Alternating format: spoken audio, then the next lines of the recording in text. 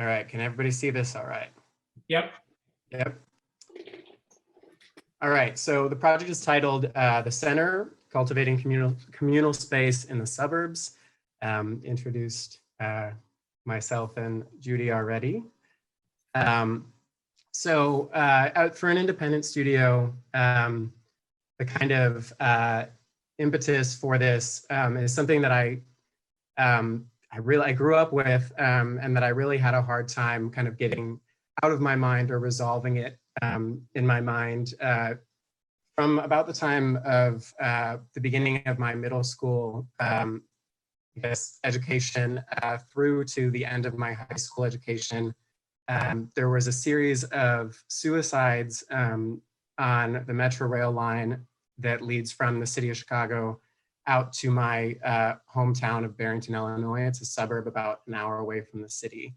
And so on the left side, you see kind of a few snippings of headlines that occurred over essentially that span of 10 years. And so our town became known for this with some train conductors calling our town Suicide Alley. At the time, it kind of spurred this realization that our town had a stigma towards mental health. Having experienced this kind of personally, I was diagnosed with borderline personality disorder at the beginning of my junior year in college, and I came out about a year later. And so I think looking back, Barrington was a great place to have grown up. It is a very prosperous place, and it's known for its great education.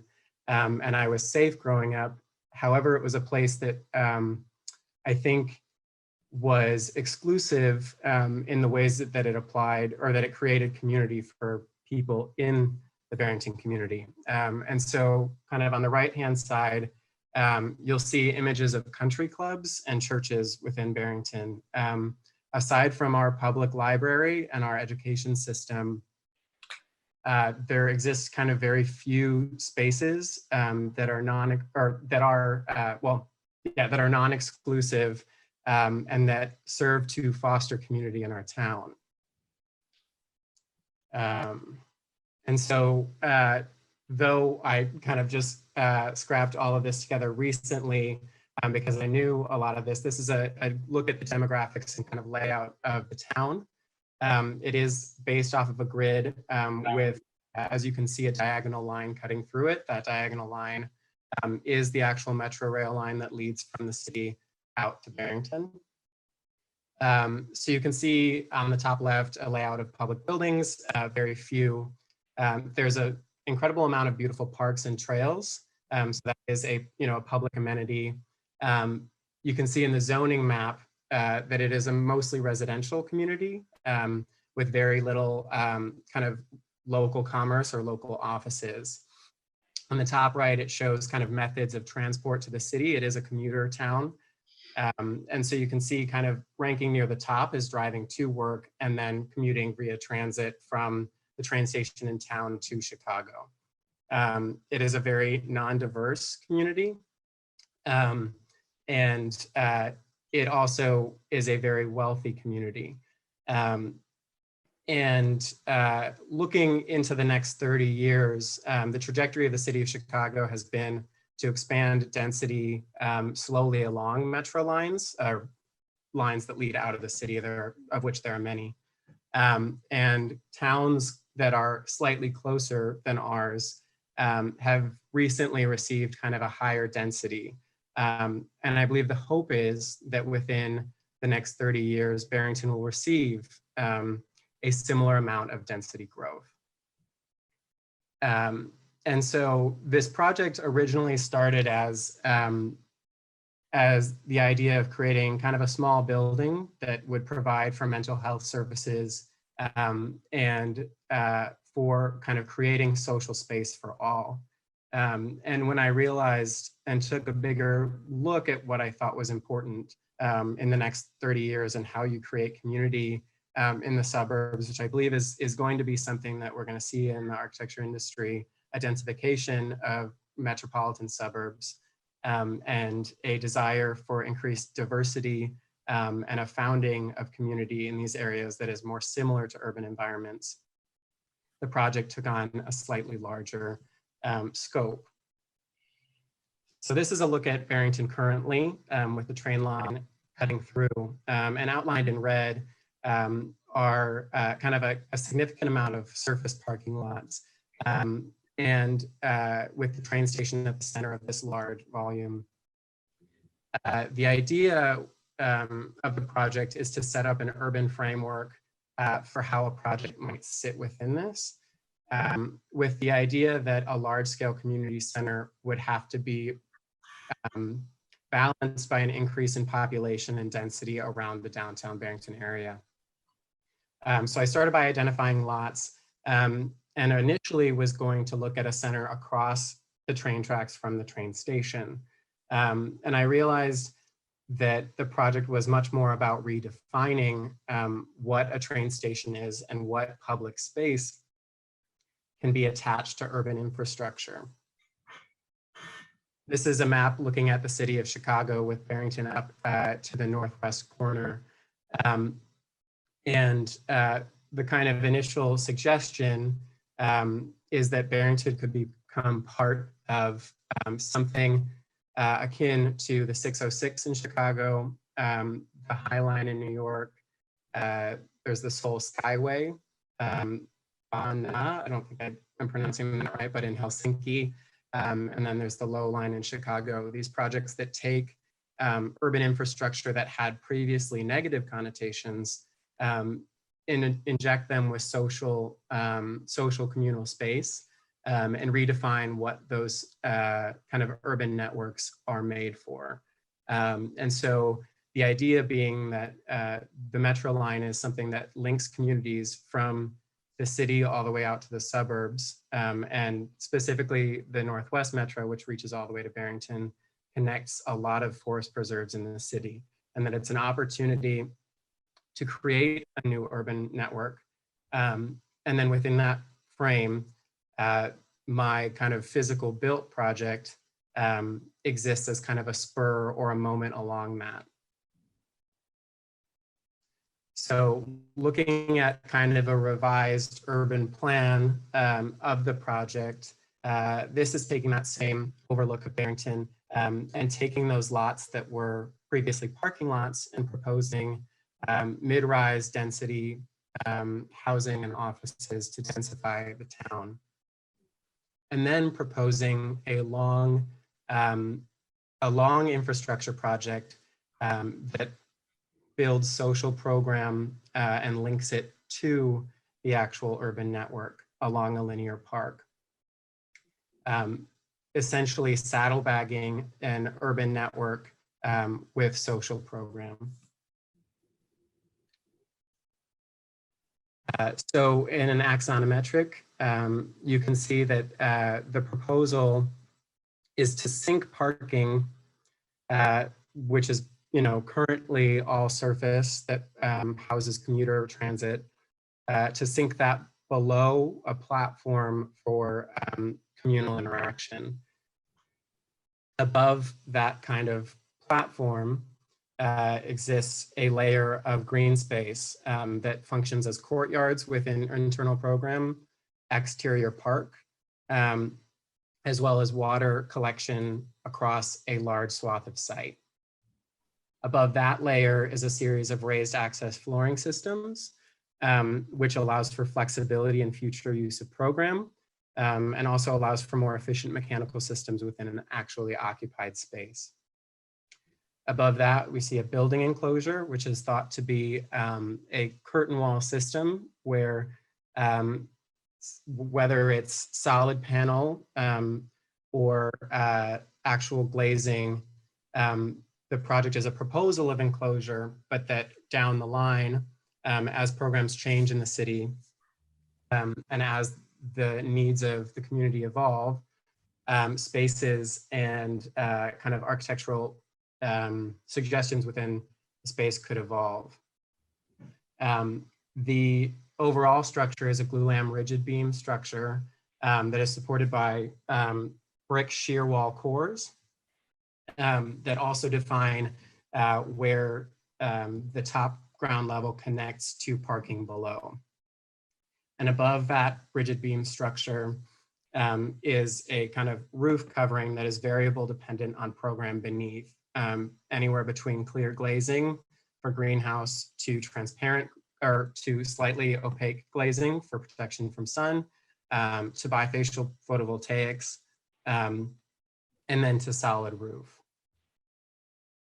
And then in the kind of more zoomed in axon, you can see what a typical bay looks like in this system with parking below, enclosure above, and the structure as it relates to mechanical systems and the panels that sit on top. In section, the project tries to respond to the context of the town, as well as respect height limitations within the city's zoning code. The idea of densifying suburbs is not to propose that Barrington becomes some sort of downtown neighborhood like Lakeview, where there are large towers and large density, but to build density in a way that fits in with the local charm of the town. And this series of 3 sections is cutting through the building or the infrastructure as it goes west to east across the project, showing how when it's closer to public program like commercial and shops, the kind of filling out of the structural grid is much broader. But as we get kind of further towards residential, the filling out of the grid actually narrows, and that program that slides into this will respond to that. That towards the west side, where it responds to the city center, is where we have an open marketplace, greenhouses, open park. But by the time it reaches the end, where you're closer to forest preserve as well as more residential, is where actual therapy and health clinic might occupy the space. I know these are kind of, it's a long building, so plans are a little bit harder to read, but hopefully the long ways suggest well enough. And on top is a plan followed by a programmatic diagram, a structural diagram, and then an MEP diagram. But what you can see, this is the below grade. And you can see that essentially a pretty efficient system of 24-foot bay is kind of extrapolated across the site. And interjected in that are these core volumes that host mechanical storage, elevators, and circulation paths up into the ground level. And then this is looking at the ground level as those cores start to interact with programmatic volumes. So the cores are spaced a legal fire distance for escaping a parking garage. But then long bars of program are inserted in between them. And the thought is that the size of these programmatic volumes and their relationship to the structure change and evolve across the grid.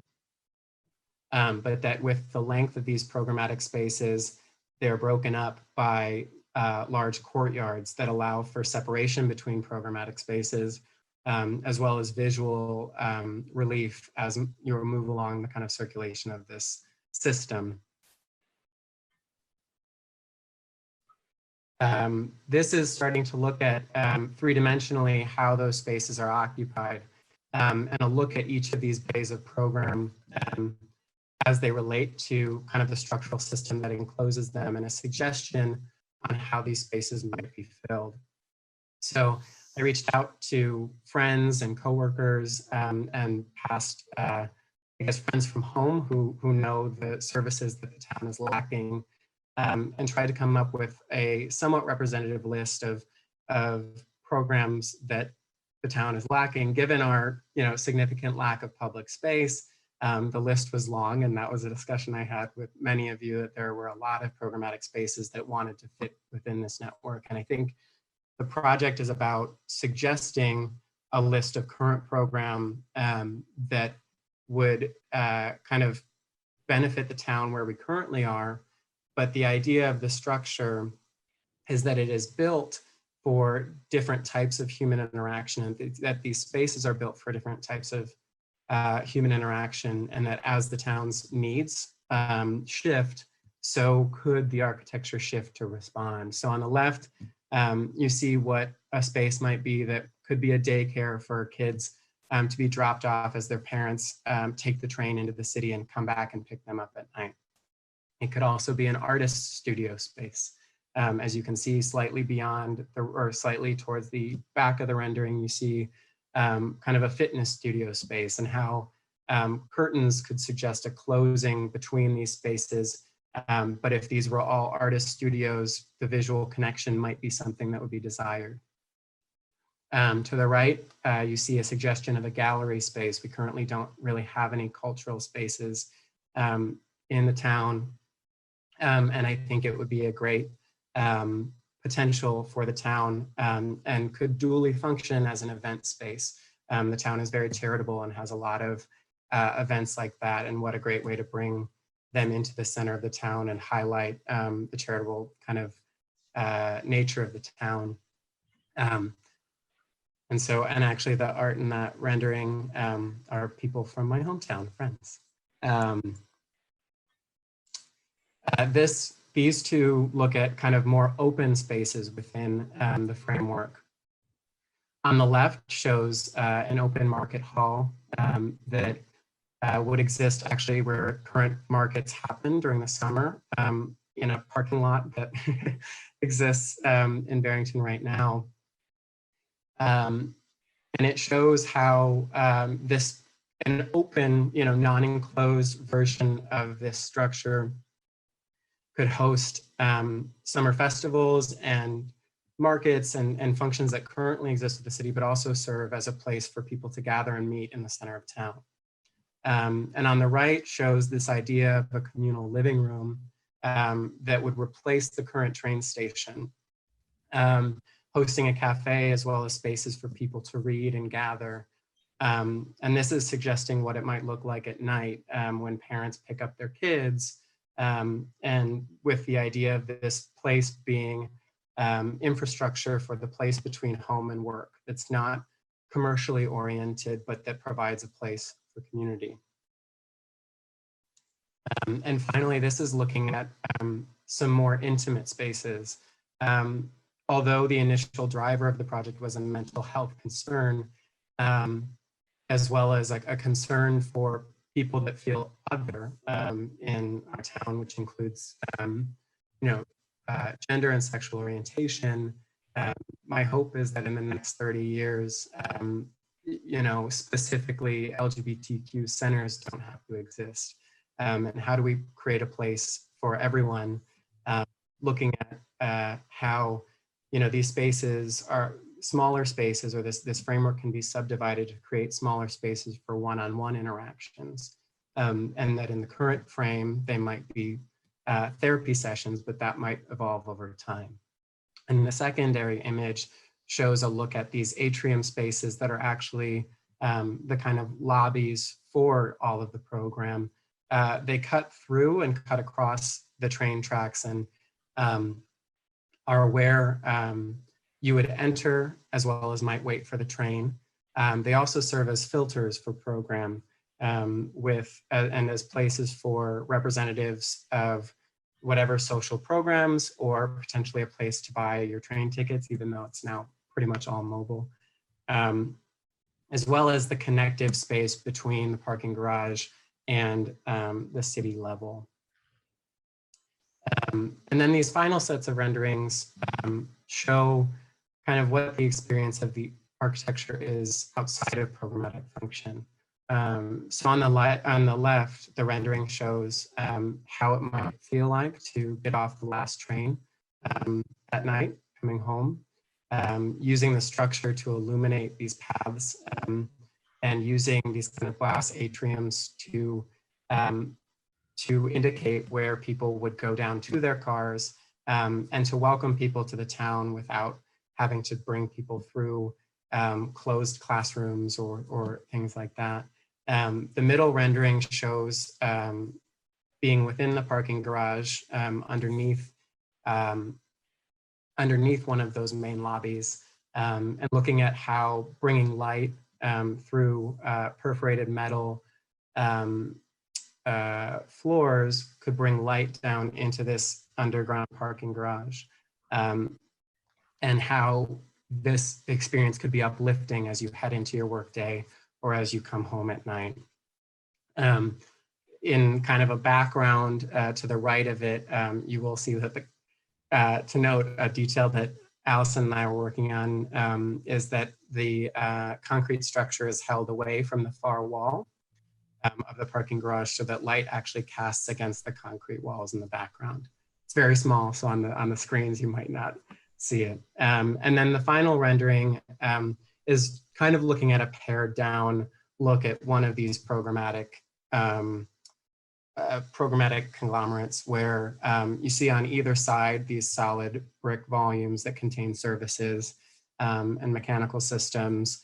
And you see in the center a courtyard that breaks two different sides of program down, as well as you see a repetition of a system that could be modified and adjusted to provide a place for various programmatic functions. And I think as a whole, the idea of the project is to create an infrastructure and not an architecture for this town. And in the belief that creating a place for everyone is the first step to creating a dialogue and developing a community that cares for one another and where everyone feels like they belong. So I know that it's not like a typical review where you can see everything at once, but I'm done with all the boards and I can escape and we can go board by board. I think that all of the reviewers should be unmuted, and I don't know who wants to start, but whenever anybody's ready. Hopefully that didn't take forever. Kerry, it looks like Allison is still muted. You might want to. Oh, are you purposely muted? I was purposely muted. Yeah, I figured. If you see my background change soon, that might happen as well. We have a little homeschool going on right now. Or homeschool breakdown is really what it is. I actually had a question. Do you have are your files saved anywhere on a box folder or anything that we could download? No, they aren't, but I could send you all a link if you'd like. I think if you put a link in the chat, I think you have a lot of, it's a very thorough presentation and a lot and documentation in there that is being reduced to like the size of a pencil. Yeah, I know.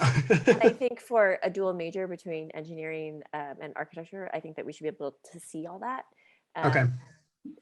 Of no fault of your own, it's just the limitations of, I guess my computer's very small. That's okay. Let me see if I can, oh, it's a large file too. Ooh, I don't know if I can, let me see if I can put it on UTBox. And I guess curveball, last minute curveball.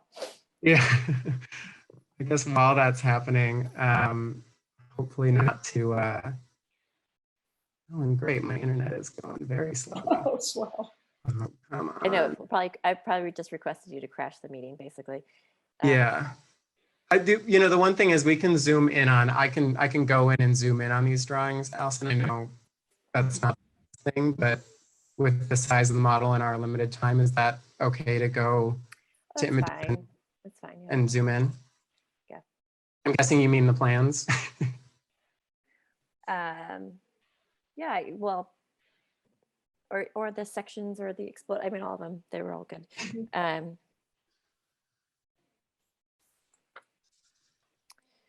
I think that well, now that I'm unmuted and it's somewhat quiet behind me, I'm going to go ahead and throw a couple things at you.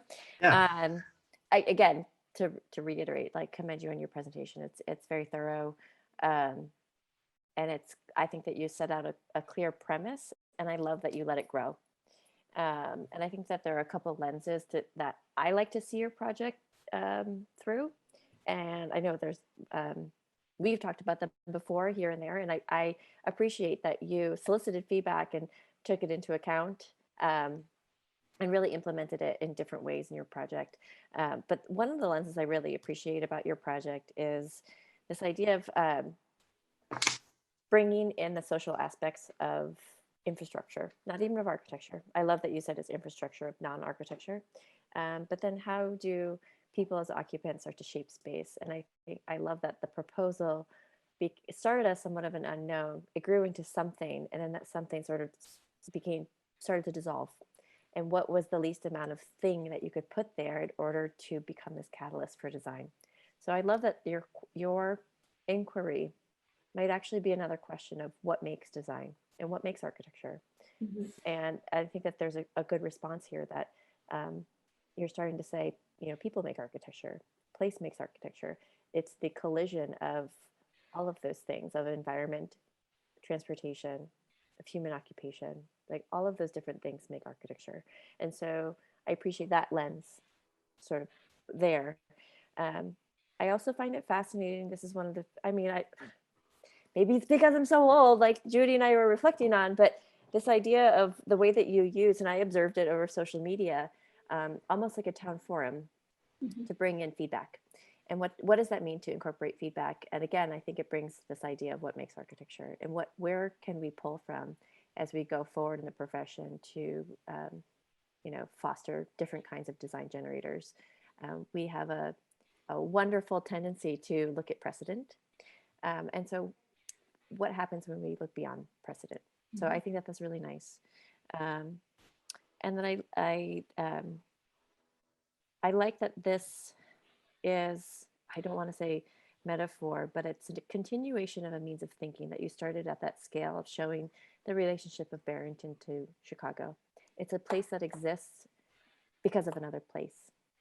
And I think that your building itself will exist because of what people make of it and the development and the way it changes and adapts in that response. I think it's interesting to think about infrastructure as just being a relative, say, cog in the wheel. And everything that we do does have a greater role in the landscape, whether it's the immediate impact it has in surface lots here or, down the train line as it goes in, so that people understand Barrington to be different than perhaps what they thought it was before. And they might better understand its relationship to Chicago in that sense. So I think that is very nice. I know you have them in there. And so I would have loved to hear also more about how your building systems are integrated. Outside of performances for daylight, you have a very thorough documentation that I've seen in your process that dealt with water, and it dealt with climate, and it dealt with wind, temperature changes, seasonal changes. All of these things are very significant, especially when you're providing just an infrastructure. And I do wish that your presentation highlighted some of those things, because I think that as a responsible architect, you wear that hat as well. And you did. Granted, there's only so much you can put into a 30-minute presentation. Mhm. So I'm just complaining and picking on you because you deserve it and you can handle it. But I think that those are, to have a project that really can be analyzed in so many different respects, I think is a sign of success for independent inquiry. And so congratulations on that. But I would actually, if it's okay, unless people want to jump in and talk about some of those other things, I would actually love to have you zoom in on some of those systems just to show the way that you were thinking about these things. That it's not just another parking structure. Yeah. So let's see, it's also a large file, so it's hard for me my computer might just crash with this. It's been a long week and a half. But I think this larger axon is probably maybe the best way to describe the project. Come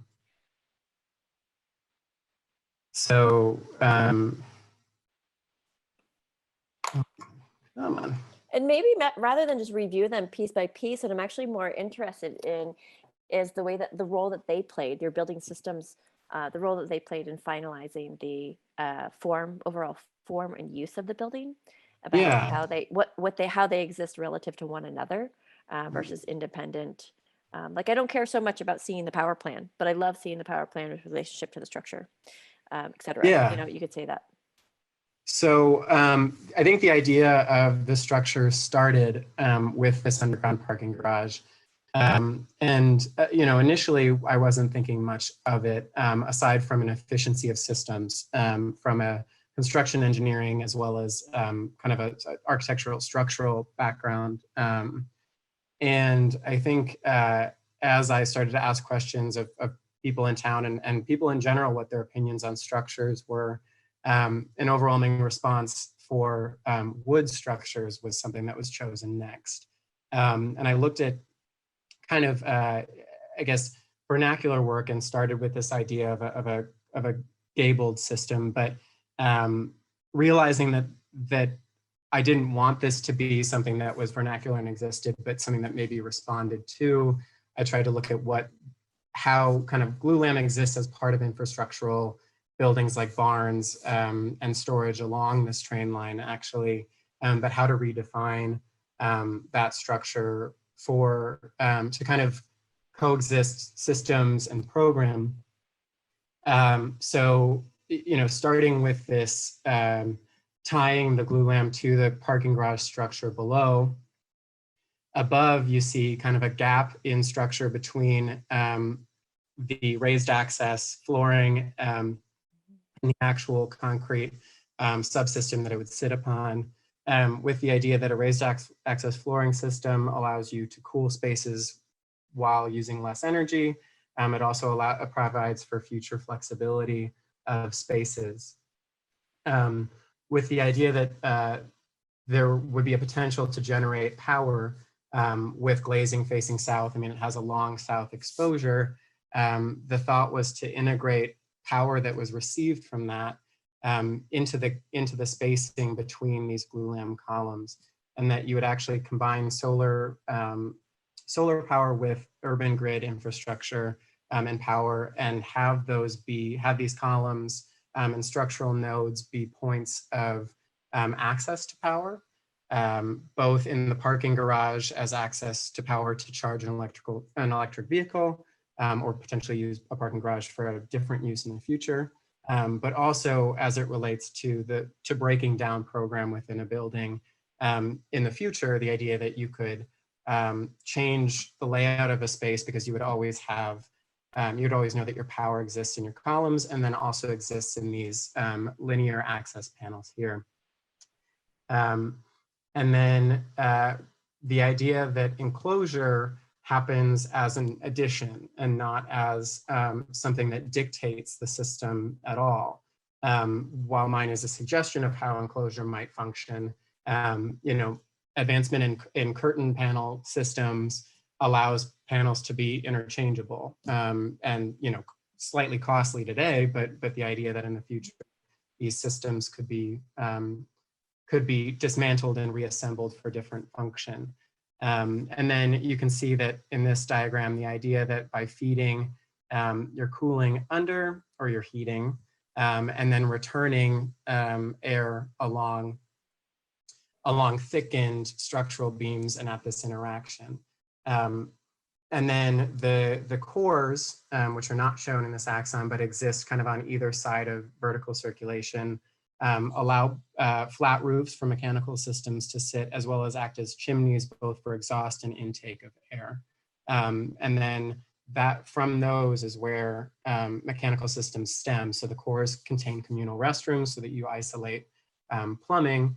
It is also where rainwater is collected and transferred vertically down to be treated and then brought back up to function as gray water for irrigation systems, as well as for those bathrooms. That's probably a long explanation. I don't want to take up too much time. It's perfect. It's a super specific detail, and it even goes back to like Kahn's principles, right? Of the utility towers, the served and the servant spaces. And I think it's really a very clear diagram, and then you executed it very well in detail. I'm say it publicly, live streaming on YouTube. I still think it should be taller. I'll never not do that, and I appreciate you pushing back so hard. Yeah. I would say that if we unmuted people in my town, they'd probably say it's tall enough, but Nope. You know, the one thing that strikes me about this is meant to be subversive in a way, but not threatening, right? So that's the same sort of thing that I was grappling with. I think what and knowing Barrington well, right? It's a very conservative town reliant on conservative values and that sort of thing, right? Which is, you know, sort of part of the cultural battle in the US right now. And I sort of see this as, you know, some people wanting to wrap their arms around ecosystems and people that are very diverse, very complex, and very difficult to pigeonhole, right? And then there's this desire to oversimplify people, cultures, and to define them in a way that makes them something people understand readily and quickly, and they become sort of code-like, right, which exists throughout the suburbs in particular. So I think one way that an architect can subvert that is to just avoid the iconic images altogether, right, which I think this does well, in that it recalls more of a utilitarian greenhouse or, you know, train shed structure more than it did an iconic cultural building, right, which is meant to gather. Like the boundaries are very ill-defined, probably very purposefully, right, so that it can sort of spill off the page. So like part of that to me seems to be a good response from an urbanistic point of view. But there is this other want, right, that you have to grapple with, is that people still want a place, right? And so that's still the thing that I keep wondering about. Though clearly this is reliant on a self-organization of cultural and then say professional offices and those things. And in some way, you probably have to give a starting point on how people can start self-organizing this. But clearly there's a structure in which to do it. I think some of the things that I keep trying to dig in on this is that although the train to Barrington is like what a river would be to an older city, or right, it's a major transportation corridor, is that this also is a divide, right? A cultural divide in many cities, you know, literally the other side of the tracks. And what with the strong orientation, the longitudinal orientation, I keep wondering about the bridging from side to side and whether there ought to be these intentional but safe places in which to cross that divide. And if there was like a point of view about looking to the other side, in some way bridging that, is just a thought. Like, does this actually become something that I occupy one side of and I'm not crossing over as readily as I would?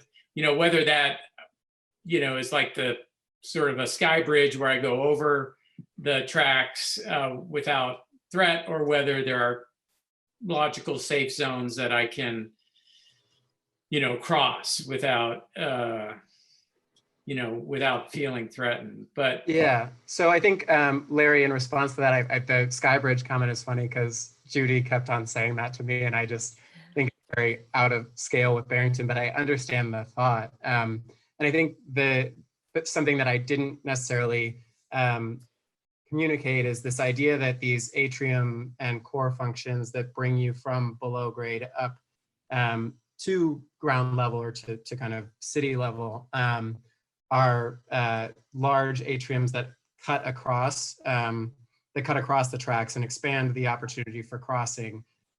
So this being the idea that you're on one side looking at a much larger expanded crossing, and that at night, these are the, the only things that are open and illuminated and indicate through kind of their architecture of being the glass boxes, the points to move through, and kind of divide so that in kind of urban plan, let's see, they exist as transparent connectors through the town. So that's somewhat of the suggestion, and I agree. There's a thought to, is there a way to make that more, I guess, more connective? The other thing that's a question is, this isn't the CTA train that's arriving every 5 minutes, right? Right. It's simply expanding the crossing points and increasing the quantity of them. A train arrives every hour. So a sky bridge doesn't seem logical to me. However, again, in 30 years, if these train lines are, increasing in traffic, maybe that does make sense. I wonder if there could have been an opportunity in doing Skybridge and thinking about the Skybridges actually as memorials to the people, and so that there's something, because obviously the Skybridge left open would be problematic, sort of this impact point, but sort of kind of leaning into that, like an opportunity to acknowledge those people, acknowledge the history, and then have that be that literal bridge between the two different divides. That the infrastructure could be somewhat invisible, but perhaps it's the green spaces that carry through, so there are a number of ways to enclose a green space that could be a moment of uplifting. I think that it makes sense to go down and under. I think it's very, very difficult to have a successful underground space, especially at night. And so I think that your renderings are beautiful, but I wonder what they look like on, day 4 or day 40. Yeah. So, can you actually zoom in on those final renders? Yeah, these ones here, or which ones? On your last page. Yeah. It's moving slow today. Well, I think Larry Kern said what I wanted to say. So very smart, I must say. No, I think I was thinking about your intentional use of the word infrastructure rather than architecture. And I thought a lot about how infrastructure facilitates, people or things, and thought a lot about the social infrastructure and how your choice of materials and language, I thought, made a lot of sense, because it needed to be accessible to a wider range. And then I began to think about how, and it's along the lines of what Allison was also talking about, how do you invite change and adaptation, and who's changing and adapting? And so there's it's a little different between the occupants changing and adapting versus, an architect coming back and changing it in the future. And at what rate do those changes occur? And so maybe there are things that happen during the week that are mutable. There might be seasonal things, which you alluded to. And I thought in many ways, that's the most exciting part to me in the project. And, with lots of time, you would do that. You would think about a calendar, and you'd have the same space seasonally, by day, by user, and really think about the fluctuations that could occur. And I do think the question of place, again, is a really interesting one. And so for me, the things that maybe are the things that have less change or locate people. Maybe it's like the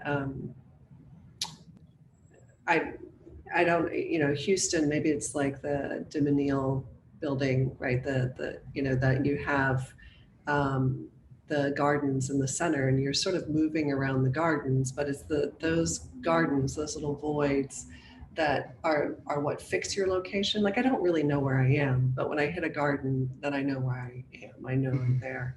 And it seems like those exterior spaces might be a way to fix a location and be specific. Yeah, and I think the idea of kind of developing that rhythm was something that I was starting to look at. But again, yeah, it's a time thing of trying to figure out how to best communicate. And I agree that the moving forward is that tracking and time and how do these spaces change, right? I mean, Larry, we talk a lot about universal classroom isn't great for anybody, but how do you design that when it's smaller and meant for one-on-one interaction? How does that go from a therapy space to some place where somebody can just meet with somebody, and what are the differences there, and how does that, who does that, when does it happen, I think would be my ideal next step with something like this. I think that's in a way, those are bigger programs. I'm thinking about smaller programs like, a 10-minute pause, or picking, like, you talked about picking up the kids. You mentioned that a few times. Like, what is that space that is adapted in that way? What's the teenager skating route through this? I don't know if they're big programs, like big names, or if they're also more sort of smaller things that are within the armature of public space, and they sort of do. Markets are, that's a nice one, because it requires some form of infrastructure, but it totally transforms the parking lot per se. It's really nicely done, and I'm really happy that Allison asked you about some of the nitty gritty, because I think that in a way affords, because it's taking a back seat and allows for the building to breathe and do all of these things. I think it allows for it to be more nimble. And so I think the time that you spent figuring that out it makes a lot of sense to me. So it's nicely done. It's nice to see. Thank you. Kerry, a lot of what Nicole just talked about